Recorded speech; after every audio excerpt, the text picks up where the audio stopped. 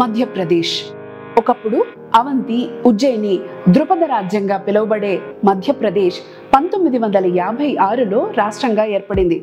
1956లో భారతదేశంలోనే రెండవ అతిపెద్ద రాష్ట్రంగా ఏర్పడింది. భారతీయ జనతా పార్టీకి చెందిన మోహన్ యాదవ్ గారు ముఖ్యమంత్రిగా ఉన్నారు. మంగూభాయ్ చక్కర్భాయ్ పటేల్ గారు ఇక్కడ గవర్నర్గా ఉన్నారు.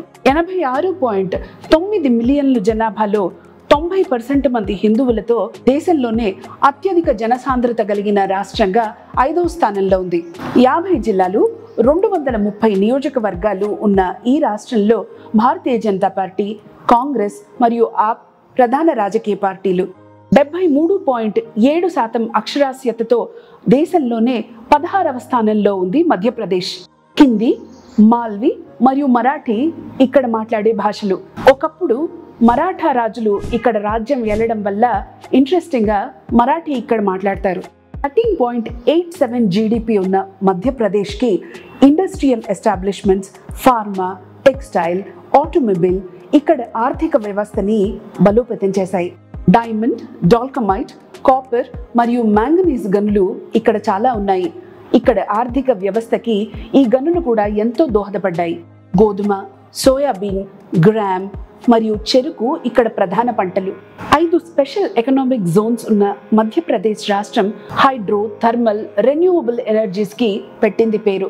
25.14% స్థలాన్ని అటవీ శాఖగా ఉంచడం వల్ల ఇక్కడ దేశంలోనే కాక ప్రపంచ వ్యాప్తంగా ప్రసిద్ధి చెందిన 10 నేషనల్ పార్కులు ఉన్నాయి. మడోనా లిల్లీ మరియు మర్రి చెట్టు ఇక్కడి రాష్ట్ర చిహ్నాలు.